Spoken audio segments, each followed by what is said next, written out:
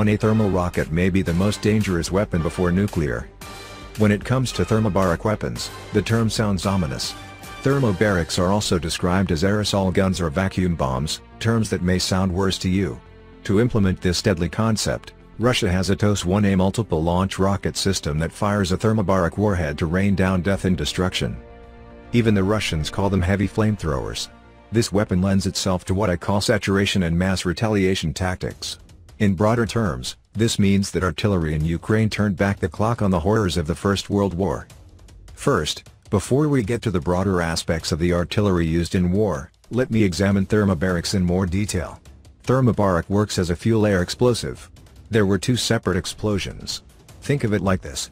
The first charge opens a container with an explosive aerosol cloud that floats downward onto the target. If it is a hard target such as a tank or building, the spray can seep in through openings or cracks. Next was an explosion at thousands of degrees Fahrenheit. This empties oxygen from the atmosphere and creates a massive explosion cloud that is larger and deadlier than a conventional warhead. Many soft targets turn into steam. Those who survive blasts often suffer severe injuries to their lungs, eyes, ears, and colon.